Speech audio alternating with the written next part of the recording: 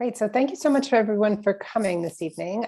As Mark said, the purpose of the keynote is to obviously present or to bring a distinguished speaker, but also to celebrate our Bristol Zoological Society Conservation Alumni Award, which we've been doing for the last 5 years. So just to give you a little bit of a background for those of you who might not be aware of some of the work that we do in the Field Conservation and Science Department and in the Zoological Society more generally, we run some global conservation programs. And as you can see from this map, they are clustered around the UK and also in Africa, but we also run programs in the Philippines and in Costa Rica. And so we have, in general, 8 conservation program countries in which we undertake global conservation action. But the other side of what we do is running higher education programs. So as a zoological society, we are actually partnered with several institutions here in the region.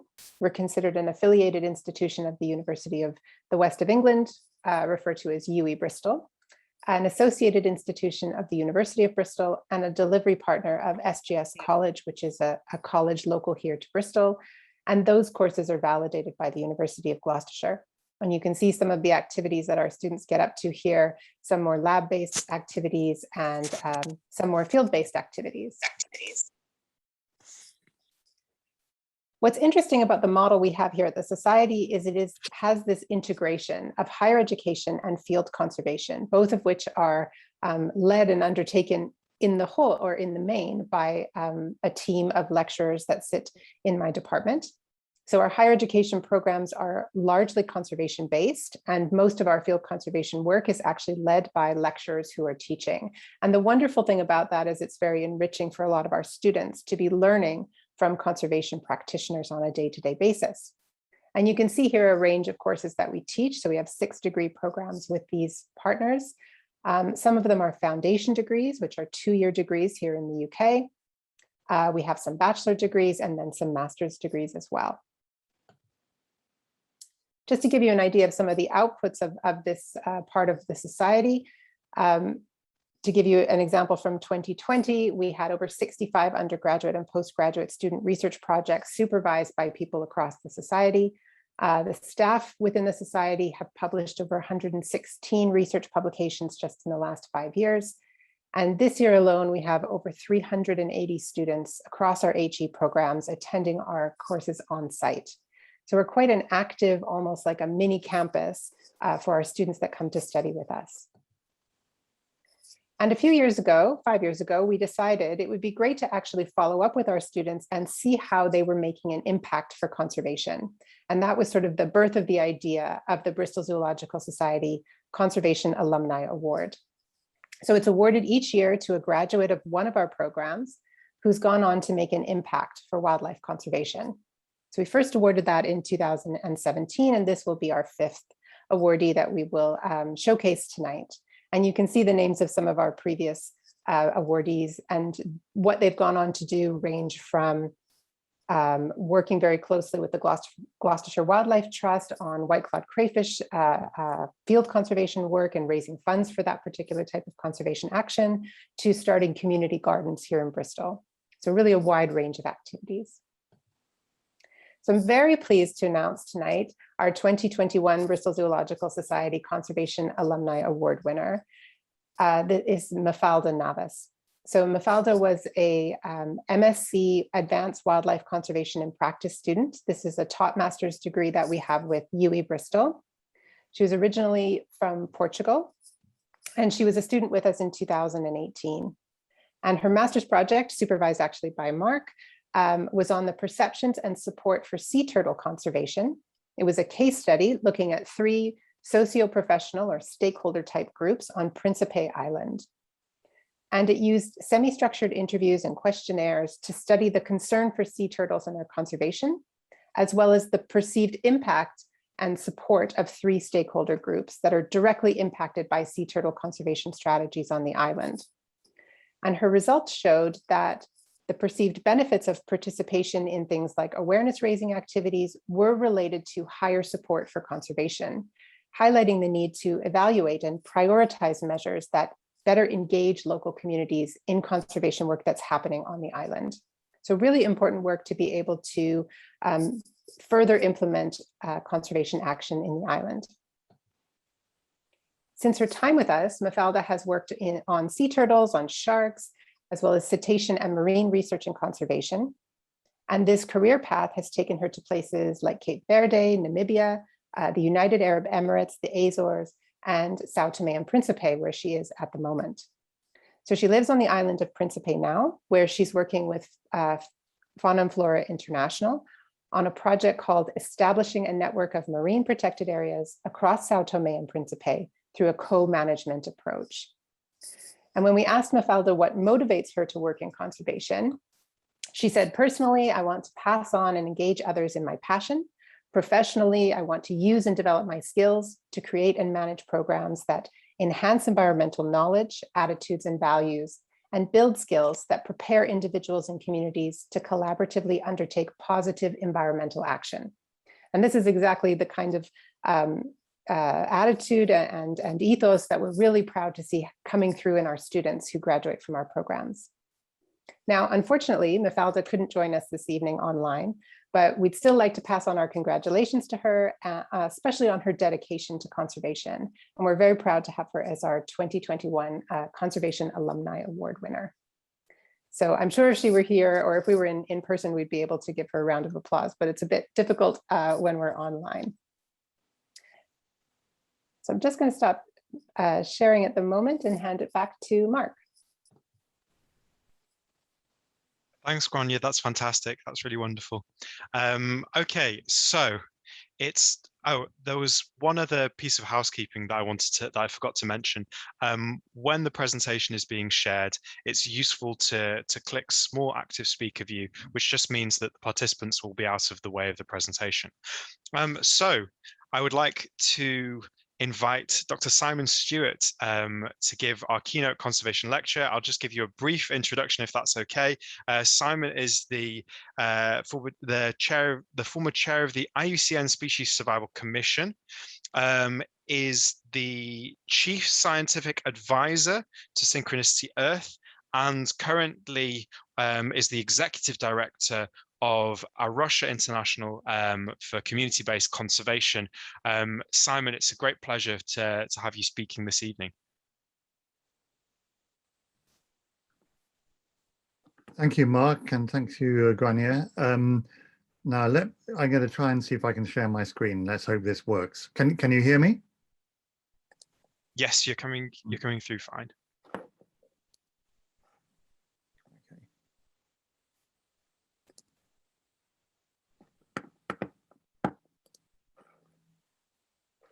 Right. Hopefully. How's that look? Can you see it? Yep, that's perfect. Okay. So thanks very much. It's a pleasure to talk at this Bristol Zoological Society meeting. I'd like to start by recording my thanks to Bristol Zoo for its really strong support, including financial support, when I was chair of the Iucn Species Survival Commission, supported me for 8 years, from 2008 to 2016. So I'm very grateful. And it's a pity I haven't had so much connection with you in the years since, especially since I'm just down the road in Bath, but it's great to reconnect again now. I have been asked to speak about the Summit for Nature, and as I'm sure you all know, the Summit for Nature isn't really the climate COP26 that's happening next month in Glasgow, though that is very important, and I will touch on that. But the real Summit for Nature is the COP15 of the Convention on Biological Diversity, which is taking place in Kunming, China. Now, it's taking place virtually this week, but the real COP15 of CBD takes place in late April and early May next year, 2022.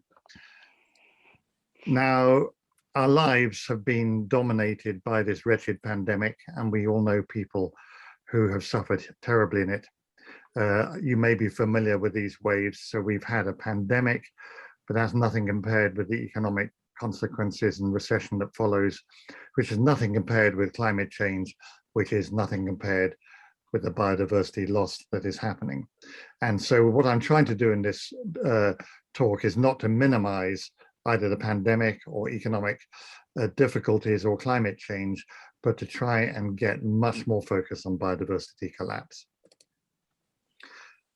Many of you may be familiar with the IUCN Red List of Threatened Species, which is the official world listing of threatened species. I went in yesterday just to look at the latest data with almost 140,000 species assessed. 38,500 are globally threatened with extinction. That's 28% of all threatened species. And you can see that the percentages of threatened species vary greatly in different taxonomic groups. So in this slightly fuzzy slide you see here, you can see how threatened different groups are. So the more green you've got there, the more you've got least concerned species or near threatened species. And the more red, orange, and yellow you've got, you have critically endangered, endangered, and vulnerable, in other words, threatened species. So the most threatened group of species that we know of at the moment are the cycads, followed by the amphibians, followed by a random selection of dicotyledonous plants, followed by sharks and rays, etc. And so you can see, even with groups such as birds or gastropods or bony fishes, the levels of threat are still very high compared with what they would be under any sort of natural measurement. Not only the levels of threat high, but it's getting worse. So IUCN calculates the Red List Index. You see that lines are going down for every group of species, very fast in some instances. This is very difficult work to do with assessing tens of thousands of species. And so it's hard to keep the Red List Index up to date. So you see there's an urgent need to redo these numbers. And for example, the amphibian Red List Index is due to be recalculated next year. Now, what lies behind these depressing statistics, which are familiar with you, is essentially these three graphs, and that the state of biodiversity is declining over time. The pressures on biodiversity are accelerating very fast over time, but the response to addressing those pressures has been leveling off. It hasn't been keeping up anything like with the pressures, and therefore we have declining state. And we can look at this in this big context, and we can look at the this old figure from the Millennium Ecosystem Assessment, which is 16 years old now, but it hasn't changed really, that the fossil record extinction rate was much lower than extinctions in the recent past, and is much lower than what it's projected to become as we carry on as we are. But basically, we are talking about an extinction rate at the moment of 1,000 times higher than the background rate over the planet's history. But there is some good news. Here's the Red List Index for ungulates. So deer, cattle, antelopes, that sort of thing. For all the world's ungulate species, 250 or so species, between 1996 and 2008, that is the observed Red List Index. It got worse, what I've just been saying. But this is a study that I was involved in a few years ago, which calculated the counterfactual Red List Index. What would have happened to the world's ungulates if we had stopped all conservation measures in 1996? So we stopped we closed down all protected areas, we get rid of CITES and trade controls, we closed down conservation-oriented zoos, we stopped conservation education, we repeal all wildlife laws. What would have happened? And this is the counterfactual Red List Index. And it was over just 12 years, the deterioration in the world's ungulates would have been much, much worse. The difference between those two lines is essentially the effect of conservation on the extinction risk of ungulates. And that gives us a fairly clear message that conservation works really well. We just don't do enough of it. Here's some other statistics. we've all hear bad news the whole time about the world's rhinos, but actually these stats stop at 2012, but they haven't changed massively since. They've carried on largely the same way. We have 3 species increasing: white rhino, black rhino, and Indian rhino, even despite poaching. And we have 2 extremely rare species, the Javan and Sumatran rhino. But those increasing rhino populations are due to extremely strong conservation efforts in the face of poaching. Now, what are the main threats to biodiversity? Well, it varies between terrestrial, freshwater, and marine ecosystems. So it's overwhelmingly habitat loss in terrestrial ecosystems, but we have, for certain species groups, some other very important threats, such as novel diseases, invasive species, unsustainable wildlife use and trade, pollution, and climate change. Now, in freshwater, and that's the closest I have to a gory slide. That was the probably extinct Chinese paddlefish, possibly the longest freshwater fish in the world. In freshwater ecosystems, which are the most threatened of all, we got habitat alteration, and especially the disruption of water flow caused by dams and barrages, the invasive species and pollution. And then for certain groups, we have unsustainable use and climate change as well.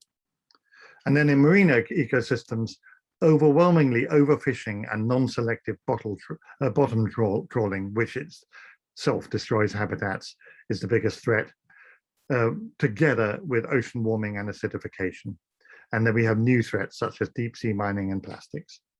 So that just is a very crude summary as a generalization. But when we look at more detail, we find all sorts of things going on with biodiversity. So look, here's the effect of acidification on various fungi and acid rain, for instance.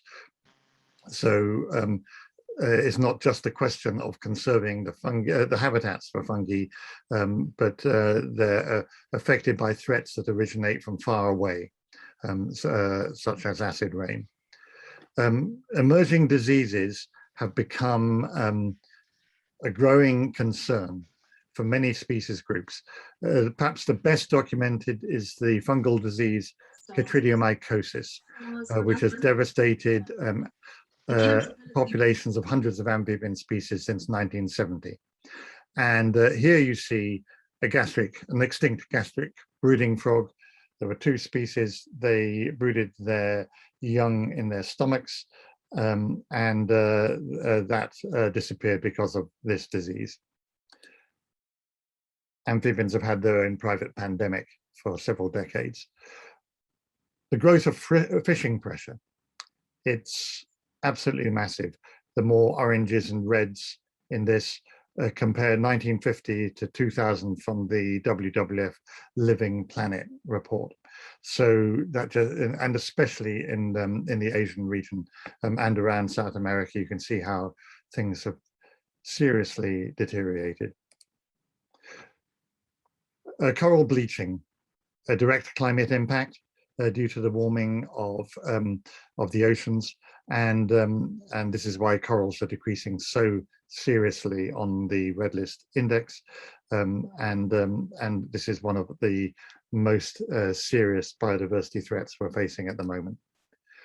And I mentioned earlier dams and barrages, just in case you think hydropower is part of our green future. It is not, that is something we have to increasingly grapple with. So what do we have to do about conservation? Before I get to these big meetings coming up, I think there's some important lessons I want to drive home here. The first is long-termism. I think I might jump to the next one as well, is types of funding. A major problem that we have in conservation is that many funding sources are developed around projects, and projects are typically up to 3 years long. But in conservation, we're trying to bring about social and ecological change, which you don't do in 2 or 3 years. These are generational changes we bring about. So we need long-termism, and we need different types of funding. sometimes public sector funding has a longer approach, and also zoo funding is often much longer in terms of its funding of conservation than many other types of donor. But it's a really important thing to consider. Conservation in the context of poverty is critically important. If we don't address poverty as well as biodiversity, essentially we're stuffed. We need much more political commitment. I'm going to come back to that. Land tenure is a massive issue. If land tenure is unstable, if it's not backed up by the rule of law, there's just growing evidence all across the world that people take short-term interests because they see no secure future on that land. Leadership. It's amazing where we have strong leadership. As we've seen, for example, in India, we see conservation successes where in the places where you'd least expect them because of severe pressures or whatever. And then we have to operate much more in partnerships and deploying skills correctly. We need to be much more careful about monitoring so we understand the effects of what we're doing. And we have some intractable problems for which we don't have solutions in the wild, such as amphibian chytridiomycosis, many diseases, novel wildlife diseases, the problems with coral reefs and ocean acidification. And it's for this reason that institutions like zoos are particularly important, because we're forced into having to do emergency measures for many species while we try to buy time for them. Now, something funny has happened with my presentation here. There we go. Now, I want to change tack here slightly. Sorry that this slide is quite fuzzy, but one thing you all picked up from my quick rush through biodiversity conservation problems is they're extremely wide-ranging, a huge array of threats. It's a much broader problem than climate change. It's not just a question of fixing how we live on the planet so we can regulate greenhouse gases. It includes that, but is much more than that. But what I want to draw out of this next few slides, or what I want to do is to set biodiversity conservation in its context. And the key thing in this slide is you can see various lines going up. Look at the purple line. It's the world's population. It's doubled since about 1960. But look at the black line, world GDP. It has essentially grown sixfold since 1960. And so the impacts that we're having on the planet come even more from economic growth than they do from population growth. We are facing essentially 5 major demands that we human beings put on the planet as a result of our growing economy and population. These 5 pressures are unsustainable food demand, unsustainable water demand, unsustainable energy demand, huge infrastructure growth, roads and cities, and then huge waste and pollution. And these demands drive climate change, they drive poverty and inequality, and biodiversity loss. So essentially we have 3 crises, but unfortunately these crises then interact negatively on each other. So climate change drives biodiversity loss drives poverty and inequality and climate change, and so on. And so this is the vortex, the downward spiral in which we're caught today. And it has very, very broad connections between all of these things. And therefore we cannot look at biodiversity conservation or climate change in isolation. So I went through a few of those pressures. So food and agriculture.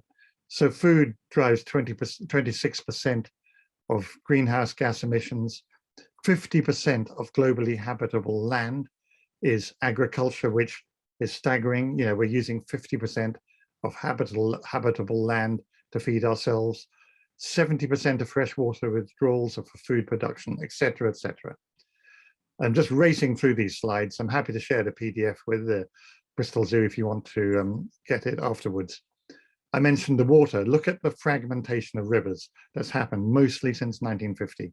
Red rivers are fragmented, blue rivers are not yet fragmented. Staggering in just a few decades, with huge consequences on freshwater biodiversity. Look at energy. Look at how energy use is still projected to grow up over the next 15 years. And look how most of it is still hydrocarbons or hydro, which are ones we have to be phasing out. So we're just not on the map yet in growing renewables to where they need to be.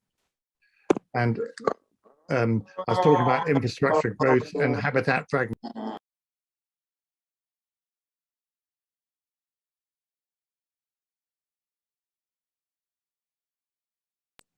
Can you hear me? Yes, I can hear you. Yeah. So this shows you how infrastructure has fragmented natural habitats all across the world, with relatively few dark green areas away from the poles left. Now I want to say something, don't worry about all the details on these graphs, but what I want to show is something happened around about 1950-55. There was a sudden acceleration in pretty much everything, in world population, in GDP, in the urban population, in large dams, in transportation, in water use, CO2 emissions, methane emissions, marine fish capture, on and on and on. And so around 1950, a great acceleration started. And so we moved over this time from being essentially a small world on a large planet in which changes were linear and the Earth resilience was high, to by 1990, when we essentially hit a saturation point, where we are now a big world on a small planet, where growth is non-linear and where the resilience of the Earth is low. Since about 1955, we've been in the Anthropocene, where humans are the major factor driving what the planet is. And we use more than the planet's resources now each year. That's past the saturation point. Sometimes this is expressed in terms of planetary boundaries, and many of you will be familiar with the work of the Stockholm Resilience Center, and you'll see how we've exceeded planetary boundaries in terms of biosphere integrity, nitrogen use, etc., etc. So in the 50 years, which is in some of our lifetimes, we tipped from the 10,000 years of the Holocene, the post-Ice Age era, to the Anthropocene. And what we do in the next 50 years will determine what happens in the next 10,000 years. And you'll see that if you look at some of these changes we're talking about at the moment, we're already in very dangerous territory. So the line at the bottom shows you how average temperatures have changed over the last 20,000 years, and you'll see a sudden increase in temperature, that line going up over here just in the last few decades. And you'll see this Paris range, which is the negotiated target of the Paris Agreement to keep temperatures within 1.5 to 2 degrees higher than the average over the last 10,000 years. The Paris range is already too late for coral reefs. And it could well be for alpine glaciers, Arctic summer sea ice, etc. And so the great achievements made in Paris actually are still far too late for a lot of biodiversity. And so what, in a sense, though, we're trying to achieve through all the world's big meetings and negotiations is to realize that we're moving out of this every 100,000 year glaciation cycle and into the danger of a much warmer ice-free Earth, into what we call a governed Earth that keeps temperature rises below 2 degrees C. That's the idea, that's the theory. And to achieve that, the United Nations General Assembly agreed the Sustainable Development Goals in 2015. You may or may not be familiar with them. These are the 17 of them. You can organize them this way, and you'll see that 4 of the goals, which are life on land, life in water, climate action, and I can't quite read it, but it's clean water and sanitation. In other words, the ecological ones underpin all the others. there's a lot of focus on the society and economic sustainable development goals. But if we don't deal with the biosphere and especially the biodiversity, we're not going to achieve the others. The theory that the world's governments have agreed is that by 2050, we'll have by 2050, we'll have a world living within the planetary boundaries. And we'll achieve that by making change through the Sustainable Development Goals. We're a long way off doing that, but that's the theory. And so that by nature doing its bit, people doing their bit, and a whole load of money, by 2050, we have world development within the stable and resilient Earth system. That's the theory. Now, I wanted to set biodiversity in that context because that is the context in which negotiations take place. Now, we have in Glasgow the COP26, the UNFCCC, the United Nations Framework Convention on Climate Change, Conference of the Parties. This is taking place on those dates, and it's important because it's the first meeting of the Climate Change Convention since the Paris Agreement came into force. So the Paris Agreement came into force actually last year in 2020, but because of the pandemic, COP26 was delayed. And so we haven't yet reviewed the Paris Agreement at all. And the key issues are reviewing these nationally determined contributions, which are the pledges that each country has made for reducing emissions by 2030, reviewing carbon market mechanisms which allow countries to purchase and sell carbon credits, highly dodgy business if you ask me, delivery on a $100 billion finance target and agreement on the next climate finance target for 2025. That'll be brutal negotiations, I'm sure. Agreeing funding for loss and damage in vulnerable countries such as small islands. This is a point of tension between wealthy and poor countries. The Paris Agreement allows for funding for loss and damage, but it hasn't been agreed how to do it. And then there's a big discussion on nature-based solutions, which is how natural ecosystems can become a climate solution for absorbing carbon and protecting against climate impacts. It needs to be integrated into the Paris implementation strategy, hasn't been done yet. So that's the climate COP. But I want to take my last few minutes and focus on the CBD COP, Convention on Biological Diversity COP, taking place mainly in April and May next year. Now, the background to this is that over the last 20 years, the world's governments have met on several occasions under the umbrella of the CBD, and they've agreed on lofty goals to save the biodiversity on our planet. And each time, these goals have not been achieved. Worthy intentions have not been matched with political commitments. And there's generally been a failure to realize that if we want to save biodiversity, it affects decisions that we take in every single economic sector. And there's been a tendency to put conservation into its own little economic sector and then allow decisions on agriculture, water use, etc., to take place without any consideration of biodiversity. As a result, we continue to lose wild species and natural ecosystems at an unprecedented rate, and time is running out. Now, at the CBD COP, which is taking place on these delays, is much delayed, which is in itself a problem. They're negotiating the new post-2020 biodiversity framework. This now exists in its first draft, and there are an enormous number of details within the draft framework that you can go onto the CBD website and study. The key issues, I would say, are agreeing a 2050 vision and a 2030 mission. So the idea is biodiversity starting to recover from globally from 2030 onwards.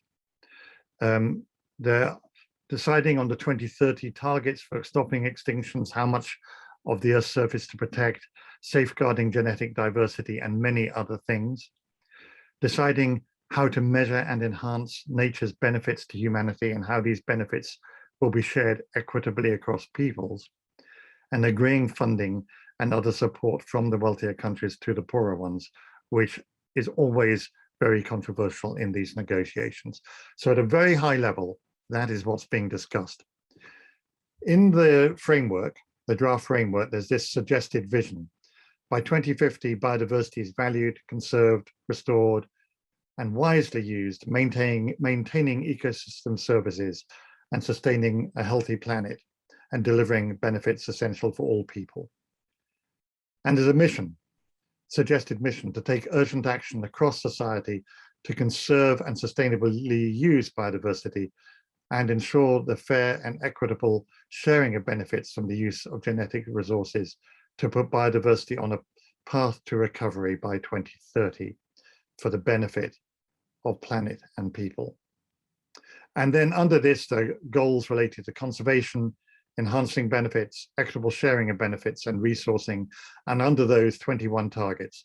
Enormous amount of debate in NGOs and governments and the scientific community about all of this. We don't have time to go into that, but it's worth looking at. It's important stuff. If you want to see a really thorough and broad analysis of this and suggested messages for the negotiators, you could do no worse than, no better than go to IUCN's draft policy statement, which is a result of a very broad consultation. But I'm going to close by just highlighting a few issues that my colleagues and I and our organization in A Rocha International have felt we need to focus on. And the first is, it's critical that the measures needed to address the three overriding global crises, which I would say are biodiversity loss, climate change, and poverty and inequality, are implemented synergistically through cross-sectoral approaches. And in doing so, it is essential that biodiversity is no longer treated as the poor third cousin in terms of the priority that it receives. So biodiversity has, up until now, had much lower focus than the others. Second point, the implementation of the framework, and this is a controversial point, and many wouldn't agree with it, but I'm going to say it anyway. The implementation of the framework is unlikely to be sufficient if it is left merely to voluntary commitments. The agreed targets in the framework need to be legally enforceable in each country and subject to independent oversight. Previous voluntary commitments under the CBD have failed to bring about change and to be able to compete with shorter term, usually economic or political interests. Third point, major cherished development projects such as mining, roads, dams, should not be permitted where these compromise the goal of ending biodiversity loss and bringing about its recovery. Up until now, such compromises, frankly, have been normal. And so that needs to be a complete change, that by making sure that such projects are biodiversity positive is going to be essential. Next point, funding for biodiversity conservation remains pitifully small. Not only should the funding level be greatly increased, tenfold across the next decade would be a good starting point, but funding mechanisms should be improved with a move away from time-limited projects and towards longer-term, more flexible funding, with a particular focus on growing local-level, community-oriented conservation groups around the world. We have to move away from conservation somehow being a Western brand. Next point, local communities and indigenous peoples should be seen as key stakeholders for delivering conservation on the ground. This will require approaches that empower these people and seek to secure their livelihoods and rights. Next point, as protected areas are expanded, it is important that the uneven distribution of biodiversity is taken into account. Special attention should be given to conserving KBAs, that's key biodiversity areas, and critically important sites for biodiversity conservation. I say this sort of blindingly obvious point because so much of the debate seems to be about percentage targets of the earth to cover with various forms of conservation, which is great, but if it's not done in the right places, it's not going to add up to a whole load for biodiversity. And finally, there should be an emergency measures agenda. And that should be focused on species that need intensive recovery actions in order to be saved, and in order to address those threats for which we have no solutions in the wild. I mentioned some of those earlier, such as infectious diseases and coral bleaching. And we need research on new management options to come up with solutions to these. But without emergency measures and without a real focus on them, we are very unlikely to see any reduction in the extinction rate by 2030, which is what the current draft of the framework is envisaging.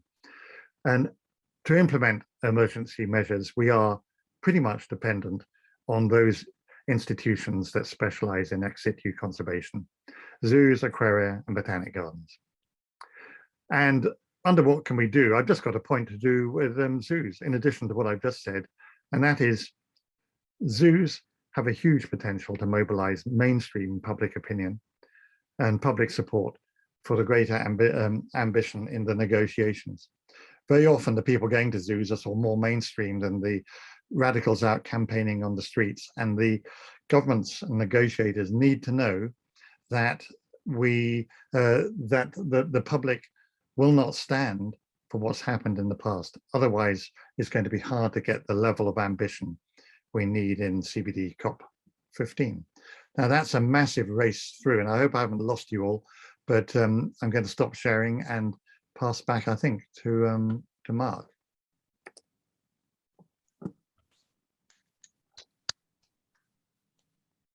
Dr. Stewart, thank you very much indeed for that fantastic talk. Are you happy to take a look in the chat for questions, or I'm happy to read those out for you if you wish?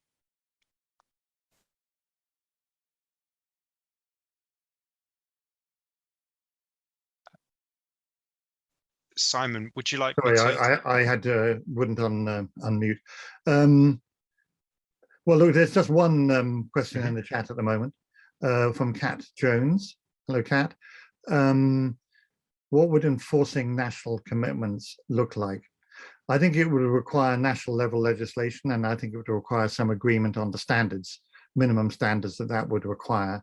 And that national legislation needs to cover much more than the traditional things that we expect through conservation legislation. So it's about much more than setting up protected areas and stopping illegal wildlife trade. It needs to be all of that, but it needs to be about the behavior of governments and corporations, and how the global economy supports biodiversity. We need to look at this obviously in terms of incentives as well as the law. And of course, one of the biggest problems we've got, which I didn't touch on, is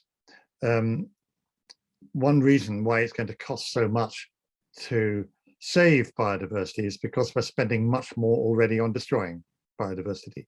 So all this agriculture we see on the train between Bristol and London, of course, that's subsidized agriculture. What would it look like if it wasn't subsidized? And so the fundamental issues like that we have to look at if we're serious about bending the curve on biodiversity loss. Sorry, it's a very vague answer because I guess my thinking is quite vague. Thank you. I have a question in the meantime, perhaps while we wait for others. Well, maybe like partially a comment, which is that one of the messages that I get from your presentation is that a lot of the burden of action really seems to lie on kind of global governance to make these large scale changes, much more so than on the actions of individual people in their daily lives. And the one thing that you seem to point to that is important in terms of individual action is precisely putting pressure on governments to make that legislative change. Is that accurate, or actually is much of the burden still on individual people to change the way they live their lives? It's a good question. I think obviously how we live our lives, and especially where we have very direct impacts, so like our carbon impacts, all add up. Sometimes it's much harder to measure our biodiversity. Well, it's always harder to measure our biodiversity impacts. because it's is mediated through a number of steps, and it's hard to know what those impacts are. We can, of course, make a difference as individuals, and we can look after our own backyards, and that all makes a difference if it's done across the world.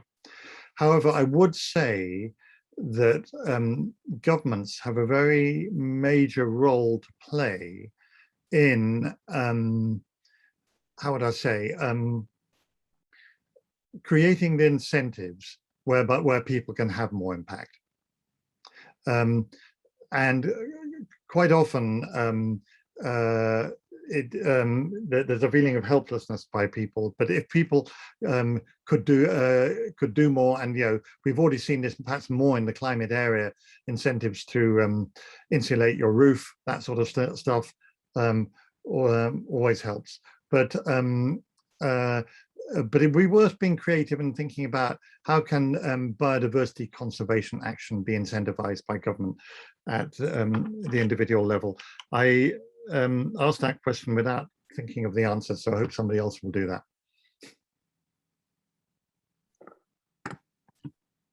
Thank you. We've got a couple more questions come in. One from Grania about engaging donors to move towards more flexible funding, as opposed to that very limited term project funding that you mentioned earlier. So how do we do that? So one reason why I went to work for Synchronicity Earth is because Synchronicity Earth is a donor that specializes in long-term funding and avoids funding projects. And so, although it's a fairly small donor, small but growing donor, it's tried to model a different way of funding. And I would say many zoos operate along those sorts of lines as well, as I said earlier. And there are other donors thinking like this as well. And I think we need to foster a real debate here. Now, when we're dealing with public sector donors, there's always the problem that governments are extremely nervous about funding things and then coming under taxpayer criticism. And so the drive in the treasuries around the world has been to nail down deliverables for money, which takes you down to project mentality that takes you into short-termism. So what was things that came in for perfectly good reasons, accountability, preventing public money going to corruption, all that sort of thing, has the perverse consequence of causing short-termism in funding. So that's something to look at. There's no reason why private sector donors, be they corporate or foundation or individual or whatever, need to follow that projectized mentality. There really is no reason. The other thing that really needs support is investing in promising conservation institutions on the ground in the developing world. Because it's not just about your immediate conservation deliverable, it's also building sustainable and effective institutions. And there are too few of them across the world. And the future of conservation lies with these guys, not with the big Western organizations. Thank you. And what you've just said also answers comments just made by Brian Zimmerman. So maybe I'll just read out another from Emma, Emma Peddy. How do you think we can make better links between protecting nature and biodiversity and climate change for the general public? I think people see them as separate. Yeah, I guess we need to tell stories, especially of how they relate to each other, don't we? So coral reefs is a miserable but great story. In a sense, it's a global catastrophe in the making as a result of climate change, but it's destroying the most biodiverse ecosystems in the oceans. So there's a direct link there. The loss of forests, the loss of plant cover obviously reduces the ability of the world's ecosystems to absorb carbon dioxide, on and on. So I think we need to tell these stories and explain them very, very carefully, I think. But I think we also need to tell the stories of what happens if we think climate only, because we're seeing a lot of climate only thinking. So if we say, for instance, in order to reduce our greenhouse gas emissions, we should stop doing ecotourism by Western people or overseas people in Africa or India or Costa Rica or something like that, we essentially cut off enormous amount of conservation funding to those countries. And obviously ecotourism isn't the big driver of climate change, although it does have carbon impacts that need to be looked at very seriously. If we want the most carbon friendly form of power generation, it's probably hydropower. As I've said earlier, it's probably about the least friendly in biodiversity consequences. So we need to be honest about where they don't align, so we then work together and find win-win solutions, rather than thinking that we can solve all of the world's problems through addressing climate. We can't do that. We have to address the climate problems. We aren't doing anything like enough to address them, but we create a lot of collateral damage if our thinking is only about climate. Thank you. Do you mind if I just ask a quick additional? I completely understand where you're coming from and what you're saying, and I work for the BBC, but we're always trying to look for positive stories. I wonder if you had examples of positive nature restoration that succeed, or even positive, investment in climate, land use initiatives that have created amazing biodiversity recovery. Stories like that. I think so. There are definitely examples of projects where conservation organizations have been able to tap into carbon money to protect forests in particular, and the real motivation of the organizations was about the nature, the biodiversity in those forests. But I'm probably not the best person to get you to actual projects, because I've never really done anything practical in my life, and so I would say, but I believe, for instance, the RSPB funding that they raised for their work in Sierra Leone, in Angola, was climate money, and I think there are other examples like that. But if you email me later, I'm easily findable on the web. I can try and connect you to some people who might be able to give you some more concrete examples than that, but there've got to be a number of them. Thank you very much. Thanks, Simon. Are you happy for me to just keep on reading out questions for you? Sure. Yeah. Okay, we have a question from Daniel Aldring, who asks, do you believe a carbon credits for individuals/households, along with a separate system of carbon taxing for companies, has the potential for a positive impact? Oh goodness, I think that's beyond my pay grade. And others who could answer that one so much better than me, because I really quickly get out of my depth on all this carbon accounting and stuff like that. I could give you some gut feel stuff if that would be helpful. I don't know about carbon credits for individuals, households, but obviously there are offsetting systems that exist for individuals, households, all sorts of things like that. I think they can be useful if they don't create perverse incentives. So if we don't just go and live completely carbon unsustainable lifestyles because of these offsetting schemes, if we go and do that, then really we didn't gain anything. So I'm very concerned about the offsetting there. In terms of carbon credits and trading at the macro level, it seems to me that's a major part of the problem we're dealing with. We've got to get serious. This is a crisis, and we've all got to massively reduce our carbon emissions. And we can't just carry on keeping our carbon emissions high by selling credits to somebody else or buying them off someone else. That is just surely slowing down the action. So that's probably highly naive, and somebody who lives in this world will tell me that's not possible. But it seems to me that's not what we need to be doing right now. Sorry, Daniel, I don't really answer that. Hopefully somebody, you can find someone who can answer it. Thanks, Simon. So another question then from Virginia Epstein. Are there any good examples of countries that are working well towards biodiversity?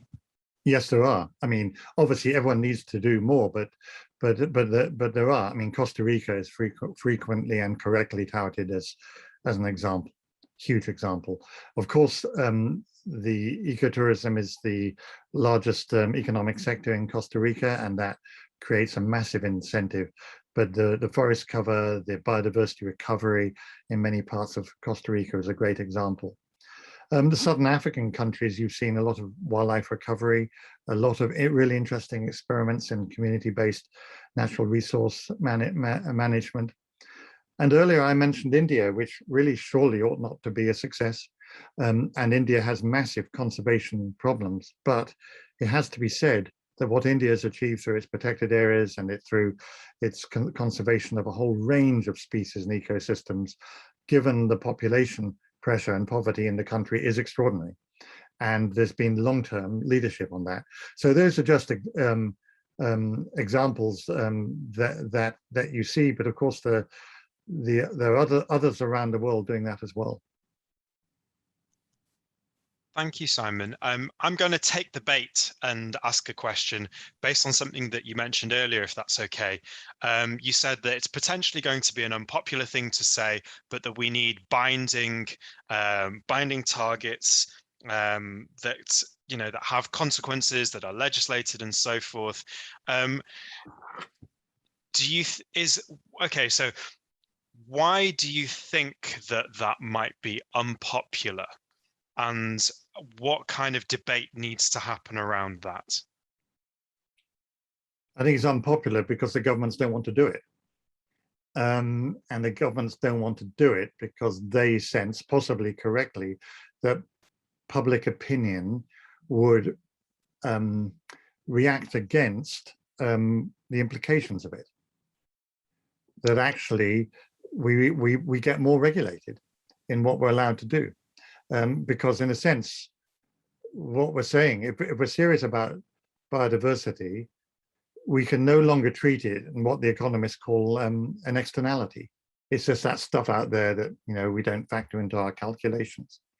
And that's essentially what we've done all these millennia, right? We just haven't factored biodiversity in, it just takes the hit. What we're saying is you can't carry on like that. If we're serious about reversing biodiversity loss, then we have to factor biodiversity in, which means that biodiversity benefits are required in a whole set of decisions. That is something that the world, I think, isn't ready for. And I think it's something that we in the conservation movement have to speak up about. I just saw the other day, I don't want to get political here, but I think Michael Gove, and I'm not making a party political point here, but Michael Gove was appointed to this new role in government. And one of the things, he's got responsibility for local government. And he made an early statement about some measures he's going to take. And I have to say, I've forgotten what they were, but someone here will know some ecologically positive incentives for local government. He was immediately attacked by certain politicians in his own party. I then saw a response backing him from Zach Goldsmith, attacking these other people from his same political party, saying, well, is that short-term thinking that's landing us in this crisis? And so even within, in this case, the Conservative Party, but frankly, I don't think any of the political parties are where they need to be on biodiversity, we're getting that sort of debate taking place. And I think that shows how difficult it is going to be to move beyond the voluntary. But the truth of the matter is the voluntary hasn't worked. Of course, there is this middle road of incentives, and that could be looked at as well. Thank you, Simon. I think there's potentially a big conversation to be had about the degree to which this will be perceived as authoritarian and the ethics around that, but perhaps we'd leave that. A question huge debate needed. I agree, Mark. Yeah. We have a question from Rachel Bailey, who asks, lots of conservation projects seem to focus on species overseas, whether the trees of the Amazon or coral reefs in Australia. Do you think that if people realise that biodiversity in the UK is as important, there might be more engagement and pressure on the government? Yeah, I think so, Rachel. I would think that is correct. I think one of the problems we have in the UK is we're so used to an appallingly shifted baseline. So we take as normal a situation in which most of our biodiversity is gone, and we just live like that. And we live in a completely human-dominated environment, or at least most of us do. The great majority of people in the UK is, and so the whole issues of conservation can seem quite distant, or they're about tiny patches of land that we might try and protect, but are in fact way too small. Maybe the rewilding debate is key. Well, I think it is key for the UK. If we don't go that route, then I'm not certain that that our impact can be that great.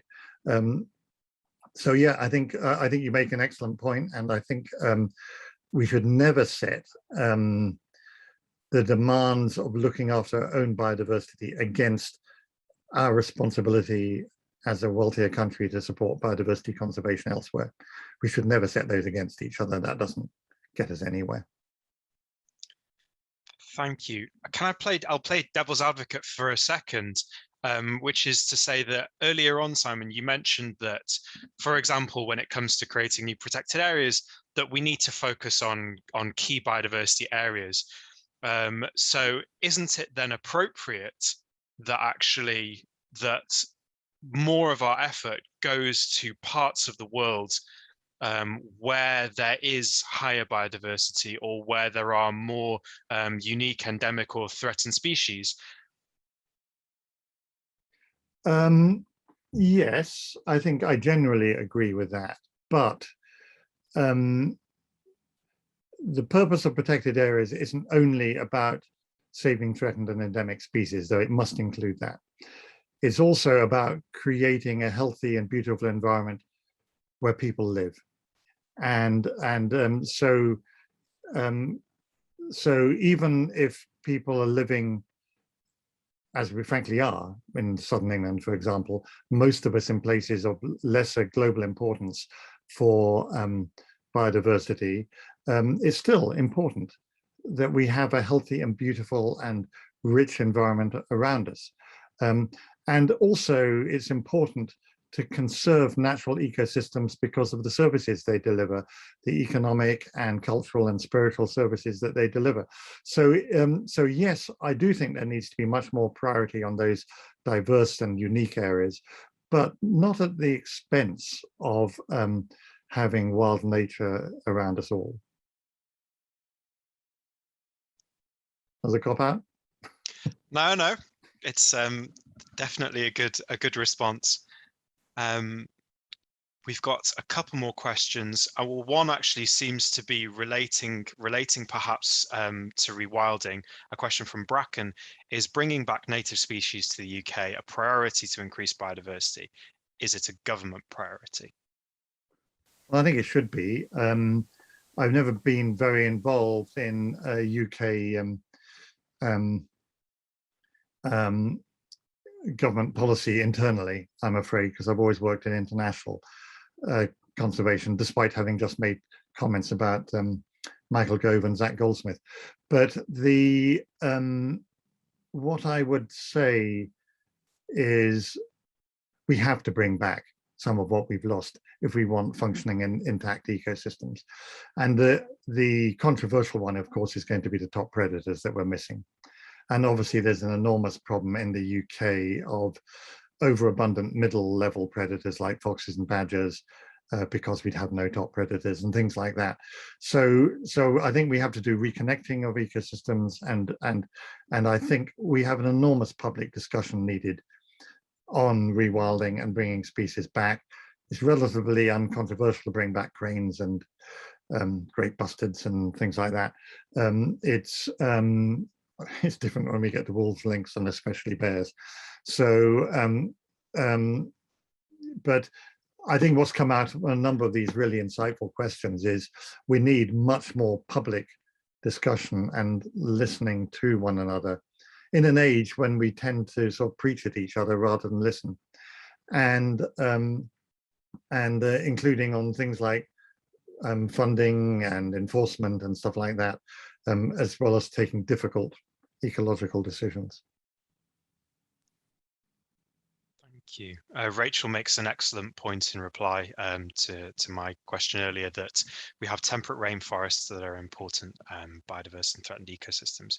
And Brian Zimmerman has also just asked the question, if you were planning to start a new conservation program or project, what would it be and where would it be?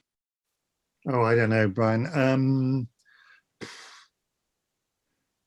Well, it would probably be on amphibians.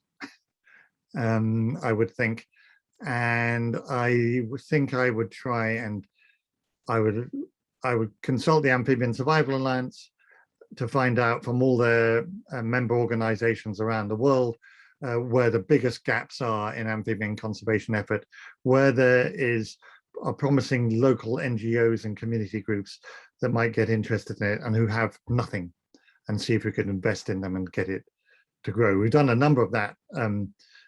Things like that in Synchronicity Earth, that has, among other things, an amphibian conservation fund.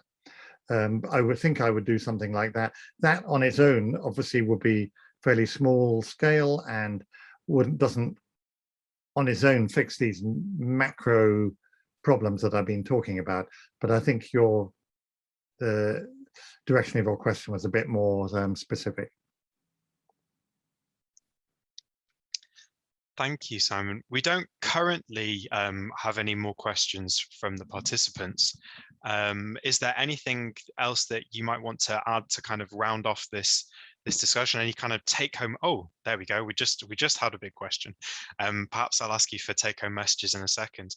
Simon Garrett asks, perhaps there's a fundamental issue at play in human thinking, that in conservation we always focus on the very rare species that are almost gone. The rarer they are, and perhaps more of a lost cause they are, the more attention they get. Whereas what we really need to do for sustainable systems is to value large tracts of common stuff. How do we shift the focus to valuing and celebrating common stuff rather than only worrying about things for which it might already be too late? Thanks. Well, I agree that we should value the common as well as the rare. One of the problems we have is the number of rare species is massive. So it's not just a question of letting a few rare species go, it's like letting massive segment of biodiversity go. Massive value questions and that I would question. I think human induced extinction is an outrage, personally, in the question of values, just as I think poverty is an outrage. But Simon, I would question that most of the focus goes on the rare species. I'd say most of the focus on conservation doesn't go on species at all. It goes on large ecosystems, and that's good. But actually, there hasn't been much focus on the rare species. I've mentioned zoos and botanic gardens several times here. Actually, I would say they are the groups that have tended to focus on the threatened species, because most other groups haven't. Small conservation NGOs do. When we did the Global Amphibian Assessment and published it in 2004, we started the whole Amphibian Survival Alliance and everything. Basically, the large conservation organizations, the governments, and everyone, they ran away from the problem. They said this is too hard. It was the zoos that stuck with it and continue to stick with it. I think that's an example of how we might think the focus is on the very rare species, and quite often a lot of the communications is on the rare species, but not the action, not much of it. And where there is action on rare species, it tends to be flagship rare species. So it tends to be, African elephant, which isn't very rare, rhinos, but actually not on the two rhinos almost extinct, etc. So it's, I would say there's much less focus on globally threatened species conservation action than one might think.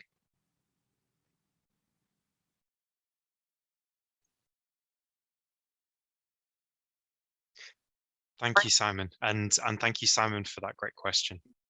So I'll just maybe wait just a minute, just in case there's any more questions coming in, and then if not, then perhaps, Simon, I could ask you to give us maybe some take-home messages, and then I'll wish everybody a good evening. Okay, I'd say the floor is yours. Yeah, okay. What I'm going to say is perhaps not what I might have said, because there've been some really thoughtful questions here, and thanks for everyone. I really appreciate that. One thing that's come up a lot in our discussion just now is the need for public discussion and the need for getting some of these complex and difficult and yet extremely urgent issues out into informed and broader public discussion. And I think that has to be done in innovative ways that I personally would be useless at, around stories and using modern communication channels. But I guess what I'd like to focus on is values. Because what's been interesting is a couple of things come to mind. Is until quite recently, the political class across the world has bemoaned the fact that young people have been politically apathetic and not paying attention. And suddenly in the last 5 years, that changed. And the political class don't like it because of the way it has expressed itself. And the sheer anger and passion and the difficulty of the questions being posed by Greta Thunberg and many others. So that's one thing. But what's clear about all of that outrage is it is about values. These people, their values, these people are strong and secure on their values. They don't go around doubting it. They believe a sustainable planet and nature is critically important. And they're saying it very vociferously. And they're doing things that are pretty inconvenient for the rest of society as well. That's the first one. Secondly, I'm actually, as you know at the moment, Executive Director of A Rocha International, which A Rocha is a family of Christian conservation organizations. And you may or may not have noticed that Christians haven't exactly been in the forefront of the biodiversity conservation movement or the climate movement. And that is something that we work to change. And so in A Rocha, for instance, we work on values. We work on showing that conservation is about Christian values that have been ignored by Christians. And I think the same type of thinking must play out across other faith groups, other sections of society about values. The professional conservation movement, which I've been part of for decades, got into the habit of being very professional and technical. And in so doing, we perhaps lost our passion over values. And I think perhaps we need to recover that as part of a broader public debate. There you go. Thank you, Simon. Thank you for an excellent talk, a very timely and important talk, and thank you for engaging so thoughtfully with the excellent questions that we've had from everybody. So in that case, I'll bring the lecture to a close. Thank you all very much indeed for joining us. Thank you to everybody who made a donation towards our Alumni Awards. Huge congratulations to Mafalda. We're all very proud of you. And I look forward to seeing you again very soon for the next Bristol Zoo online conservation lecture.